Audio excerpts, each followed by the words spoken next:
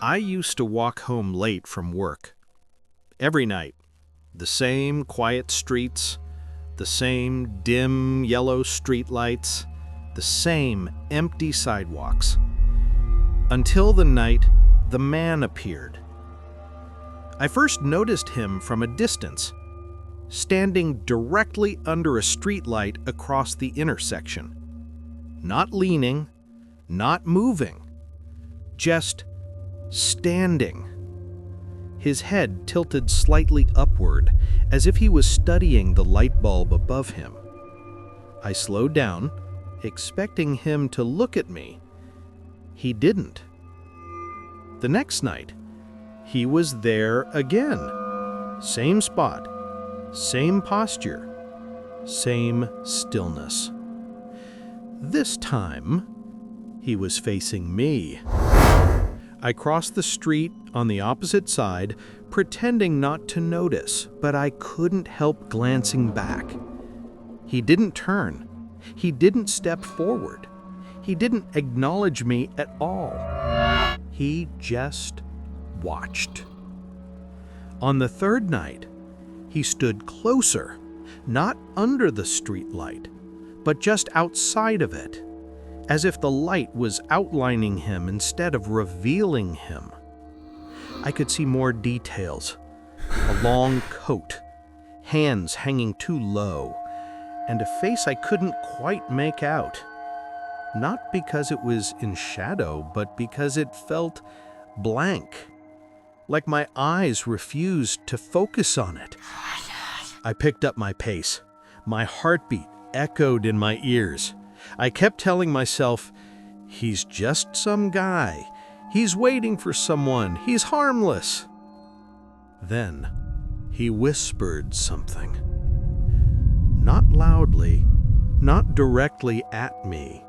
More like he whispered my name from far away. I froze, mid-step. My name isn't common, and I wasn't close enough for him to guess it. I forced myself to walk, fast, but a cold thought settled in my chest. He's not waiting for someone. He's waiting for me. The next night, I took a different route home. I stayed under bright lights, near houses, near people. Yet halfway through the walk, I felt it, the sense of being watched. I turned. There he was. Not under a streetlight this time, but standing in the gap between two houses. Closer. Still facing me. Still perfectly still. I walked faster, refused to look back. When I reached my apartment door, I checked the street behind me. Empty. I got inside, locked the door, and tried to convince myself I'd imagined it all. But later that night, around 2 a.m., I woke up gasping. The sudden feeling of eyes on me. I sat up. The streetlight outside my bedroom window was on.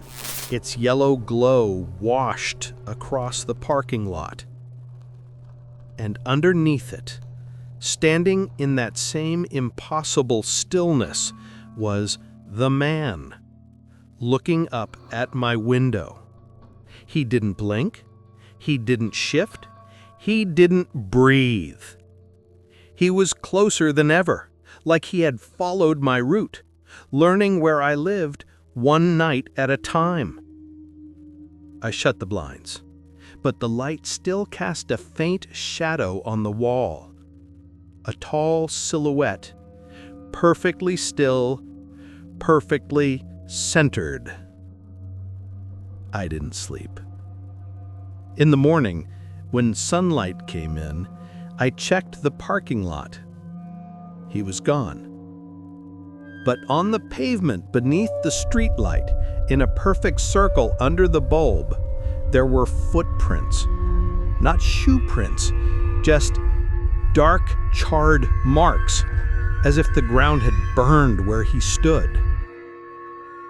Since then, every night, I keep the blinds shut because I know he's still out there, standing somewhere under some streetlight, waiting for the moment I look outside again.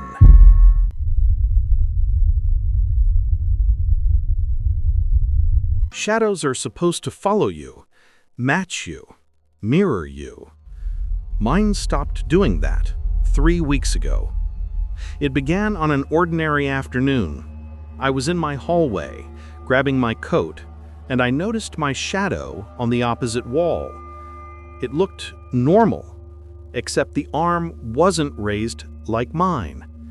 I lifted my hand. The shadow lifted its hand, but a second too late, delayed, unnatural. I froze. Maybe the light was flickering. Maybe my eyes were tired. I waved again. My shadow waved back, slowly, like it was deciding whether it wanted to. I stepped closer to the wall, and it stepped back, stretching unnaturally long across the floor, as if the light behind me had shifted, but the lamp was steady. The next day, it got worse. I was brushing my teeth when I noticed my shadow wasn't brushing its teeth. It stood perfectly still in the mirror while I moved my arm in circles. When I leaned forward, it leaned backward. When I tilted my head, it didn't move at all. It was like it was studying me, testing boundaries. That night, around 1 a.m., I walked past my living room doorway and I saw my shadow standing inside the room, even though I was in the hallway. Just standing, perfectly still, in the wrong place, waiting.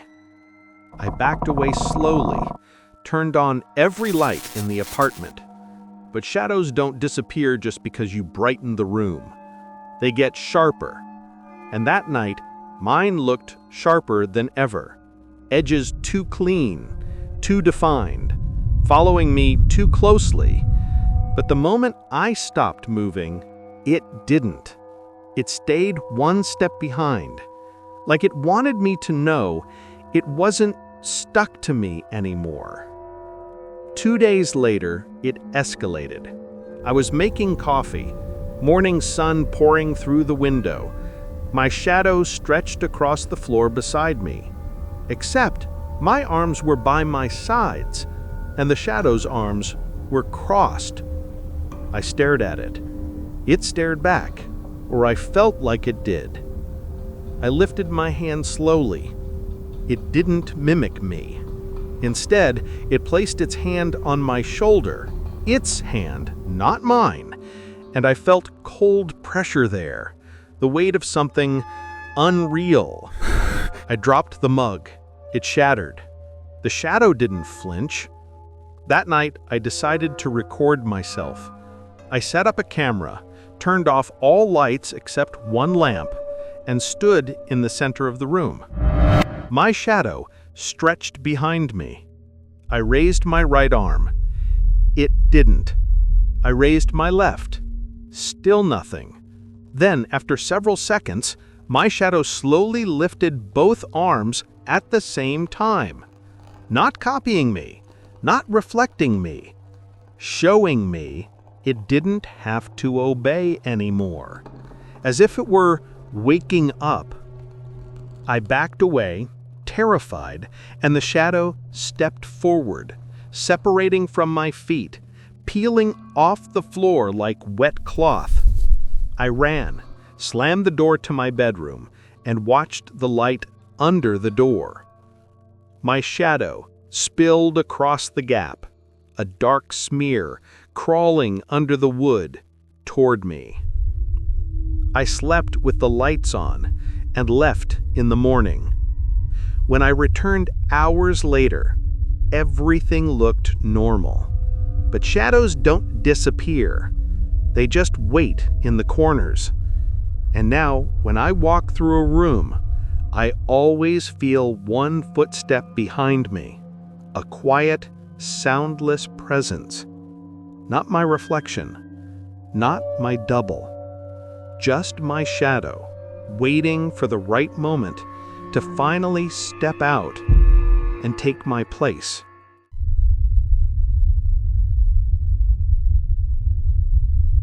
My dog, Milo, is calm by nature. He doesn't bark at people, he doesn't react to noises, he barely reacts to thunderstorms. So when Milo growled one night, a low, trembling sound I'd never heard before, I knew something was wrong. It happened around midnight. I was on the couch, half asleep, when Milo's head shot up, ears forward, body tense. He stared at the hallway, not barked, not whimpered, just stared. I listened. Nothing. Then Milo took a step back. This dog, who isn't afraid of anything, retreated behind my legs. His eyes didn't leave the hallway. I whispered, "What is it?" He growled again, but it wasn't at the hallway anymore. He was looking at the ceiling. I followed his gaze. Nothing there, just shadows. But Milo was trembling now, his nails clicking against the floor. A moment later, he bolted to my bedroom doorway and stopped, staring inside. I approached slowly. The room was dark, but not silent. The air felt thick, like the pressure dropped suddenly. Milo wouldn't cross the threshold. He just leaned forward, sniffing, and made a quiet, terrified whine. When I flicked on the light, there was nothing inside. But Milo refused to enter the room the rest of the night. The next day, things got worse. Milo wouldn't walk near the bedroom at all. He circled wide around it, ears flat, tail between his legs. That evening, while I was brushing my teeth, I saw Milo in the hallway reflection, standing stiff, staring into my bedroom again. Except when I turned around to look at him, he was staring at me. But not at my face, at something right behind me. I spun back to the mirror. Nothing. Yet Milo wouldn't move. His gaze stayed fixed on the empty space over my shoulder. That night, around 3 a.m., I woke up to Milo pacing the room. He wasn't looking at me. He was tracking something moving along the walls with his eyes. I couldn't see a thing. Then Milo froze, ears straight up and staring under my bed. I leaned over the edge. Nothing. But Milo pressed himself against me, shaking. And then I heard it. A soft, dragging sound from under the bed, moving slowly toward the far side of the room. Something I couldn't see, but Milo could. He growled, not loud, but deeper than I'd ever heard. A warning. I turned on every light, checked under the bed, checked the closet, checked behind the curtains. Nothing. But Milo wouldn't leave my side.